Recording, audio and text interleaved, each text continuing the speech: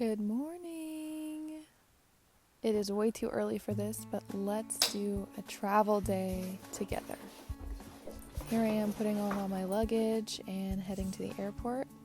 We played it safe and arrived at 4:30 for my 6:30 flight. Made it through security in like 5 minutes. It is like 5 o'clock in the morning. I am at the gate. We board at 5:40. Line for security was like non-existent, which was really exciting since I've been seeing in the news lines out the airport doors, which is insane because of the TSA not getting paid for doing their jobs because of our lovely government. That just goes to show you, never let the fear of what might end up happening hold you back from going after what you want. In this case for me, it was the fear of not being able to make my flight on time because of factors outside of my control. There's a storm, there's been crazy lines at the airport, all kinds of stuff. But we went anyway. Nothing happened. It went better than we could have ever imagined. So let that be the lesson for this airport trip so far. I have a small hot green tea, a blueberry lemon scone, and a wake me up shot, which is ginger, lemon, and cayenne. It's funny, I never am usually eating at this time. I usually either eat right when I wake up or I intermittent fast for a few hours. And every time I have to wake up in basically the middle of the night for a flight or any other reason, I am like starving. My stomach is like cramping because it's so hungry. It's the weirdest thing. If anybody knows why that happens, let me know in the comments. I'm thinking it's just like stress or whatever, but anyway, I am going to take my shots. Ooh, yeah.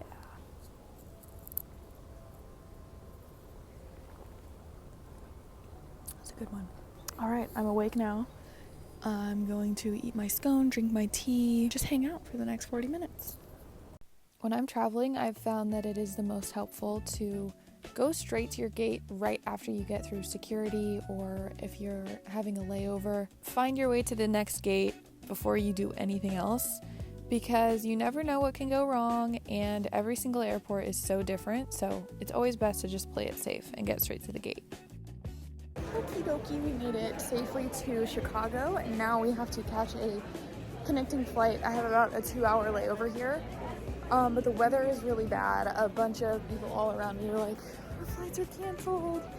And mine is looking good, but I'm gonna see if I can talk to someone to see if they recommend changing it or just gonna play it by ear. The weather does say it's clearing up in the next hour, so fingers crossed it'll be fine.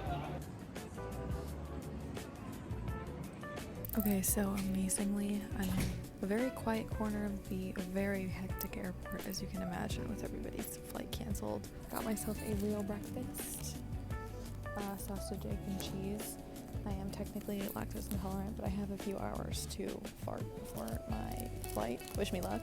And yeah, I'm just gonna hang out here for a few hours. I'll check in when the flight is about to take off.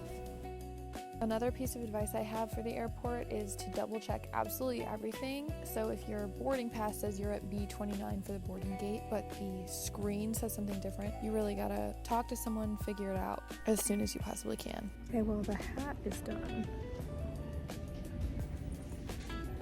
I didn't say it looked good, I said it was done. I also really recommend keeping travel at the forefront of your mind when you're packing, so thinking about things you're going to need easy access to through security or in the airport, and things that will make the flight as comfortable as possible. Alrighty, we landed safely in Toronto and we are headed now to customs and then ground transport. The first thing I do when I get to an airport outside of my country is I connect to the airport's Wi-Fi and figure out how I'm going to get where I'm going next. I have the location I need to go to downloaded on Google Maps, so I will either try to get a ride or get an Uber. So I'm gonna figure out which one is the best option and do that. So here I am sitting, figuring out what comes next. The trick with this is to find somewhere comfortable that you can sit and look relatively confident. That's also kind of like still inside the airport, in order to not look like a lost tourist who is more vulnerable to being scammed or taken advantage of in some way. 1 hour, 22 minutes, the same. Good morning. Let me catch you guys up. So I got an airport taxi, which is a more expensive option than perhaps taking public transport, but public transport would only have gotten me marginally closer, and it would have taken a good amount longer. And I was tired.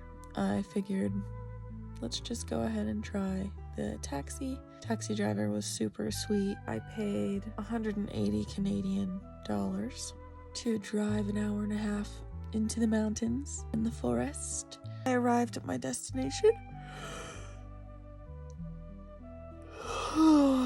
and was given a tour of the property. Met some of the guests, had some dinner, was shown my accommodation, which is this really cute little octagon cabin thing that is heated by a wood-burning stove.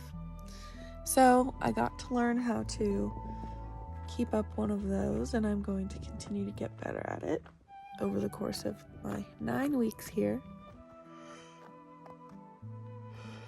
Sorry for not filming a whole lot. I don't love the idea of filming around people who I'm first meeting at their property. Hopefully it wasn't too confusing or hard to watch or anything, and I hope that this update made a little bit more sense.